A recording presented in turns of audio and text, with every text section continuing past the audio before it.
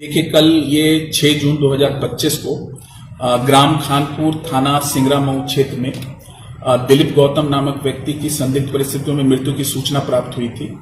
सूचना पर तत्काल थाना पुलिस व वरिष्ठ अधिकारियों द्वारा मौका मुआयना भी किया गया था। जो प्रथम दृष्टया सबको देखने से प्रतीत हो रहा था कि सर पर फायर आर्म इंजरी के निशान थे। जो उनके परिजन थे मृतक की, उसकी तहरीर पर हत्या की धारा में अभियोग भी पंजीकृत किया गया था।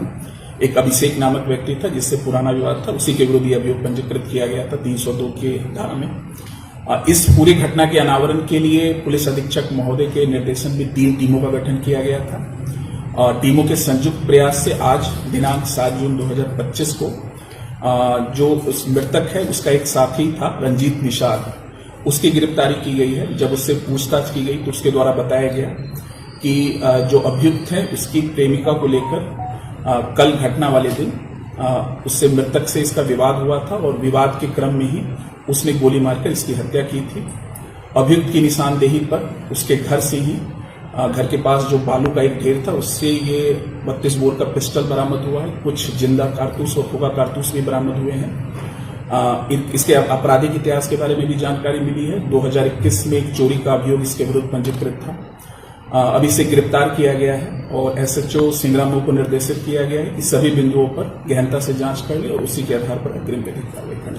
सर, मामला पहले दूसरे व्यक्ति पर था तो किस तरह से फिर बाद में मेन जो का कल्प्रिट है वो कैसे हाथ आया पुलिस को, क्योंकि नामजद तो दूसरे के खिलाफ था। देखिए, इसमें पहले एक अन्य था, गांव का ही अभिषेक नामक व्यक्ति था जिसे नामजद किया गया था, जो कि पूर्व में उनके परिवार का विवाद उससे था।